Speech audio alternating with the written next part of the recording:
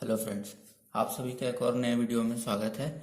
इस टॉपिक में हम लोग देखेंगे पॉजिटिव रियल फंक्शन के लिए एक सिंपल सा क्वेश्चन, जिसमें हम लोग बेसिक्स को जानेंगे उसके और देखेंगे कि किसको पॉजिटिव रियल फंक्शन कहते हैं। तो इस टॉपिक को पढ़ने से पहले आपको जानकारी होनी चाहिए पोल्स एंड जीरोस के बारे में, दूसरा है राउथ-हर्विट्ज क्राइटेरिया के बारे में, और तीसरा है पीआरएफ के लिए नेसेसरी कंडीशन के लिए।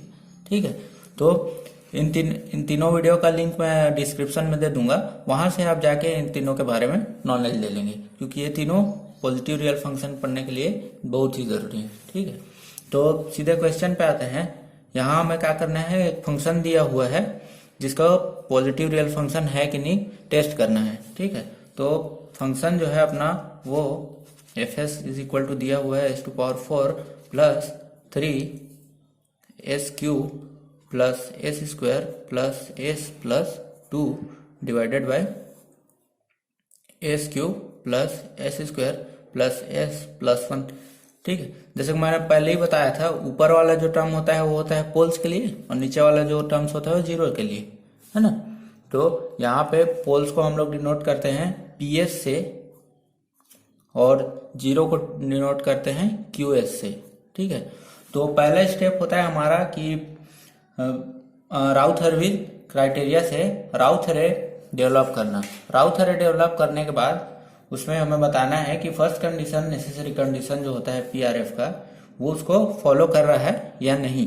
ठीक है, ये तो सेटिस्फाई कर रहा है या नहीं। ठीक है, तो सबसे पहले हम लोग राउथ अरे डेवलप करते हैं। ठीक है, तो पहले पोल्स के लिए करते हैं। तो पोल्स हमें दिया हुआ है PS is equal to s⁴ plus 3s³ plus s² plus s plus 2।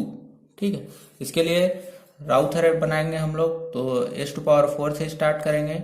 ठीक है, फिर s³, देन s², देन उसके बाद s⁴ एंड s⁴.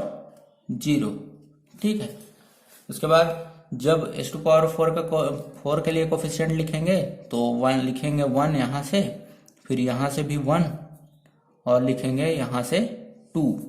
ठीक है, जब s³ के लिए लिखेंगे तो और टर्म को लिखेंगे, तो यहाँ से 3 कोफिशिएंट 3, देन यहाँ से कोफिशिएंट 1, और आगे कुछ नहीं है इसलिए 0।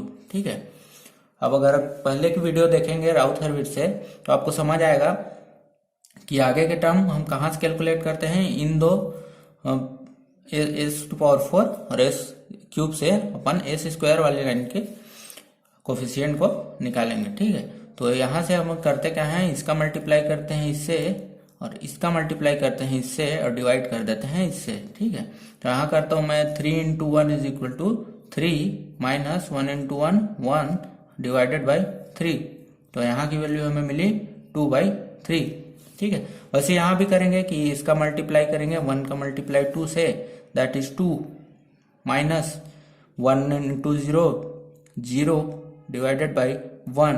तो यहाँ की वैल्यू मिली हमें 2, और यहाँ आगे कुछ नहीं है इसलिए 0।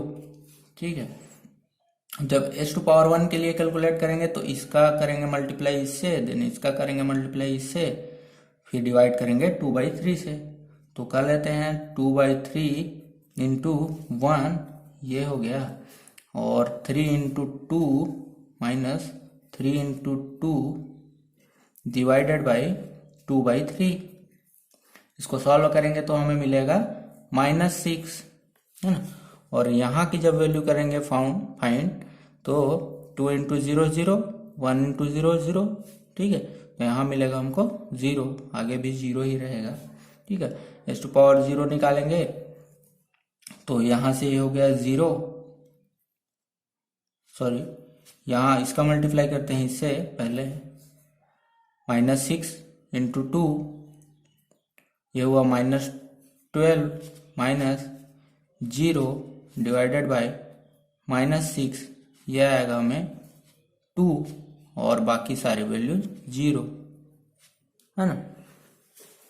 तो यहाँ से राउथ-हर्विट्ज क्या कहता है कि जो फर्स्ट रो होगा हमारा, वो उसमें कहीं भी साइन चेंज नहीं होना चाहिए।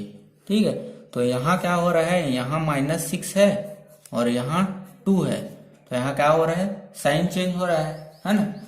तो अब पॉजिटिव रियल फंक्शन में आते हैं। तो पॉजिटिव रियल फंक्शन क्या कहता है कि उसका पहला नेसेसरी कंडीशन होता है कि there must not be zeros और pole on right hand plane. मतलब कि अगर ये पूरा फर्स्ट कॉलम जो है वो पॉजिटिव होता है तो ही पीआरएफ का फर्स्ट जो नेसेसरी कंडीशन है उसको सेटिस्फाई करता है। लेकिन यहाँ क्या है, साइन चेंज हुआ है और नेगेटिव वैल्यू आ गया है, इसलिए हम लोग बोलेंगे कि जो गिवन फंक्शन है वो पॉजिटिव रियल फंक्शन नहीं है।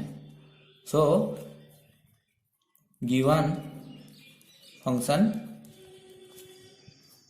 fs is not a positive real function. इसके बाद हमें आगे कैलकुलेट करने की जरूरत नहीं है क्योंकि फर्स्ट कंडीशन ही हमारा क्या हो गया, फेल हो गया। ठीक है, ओके, यहाँ हमारा वीडियो खत्म होता है। Thanks for watching.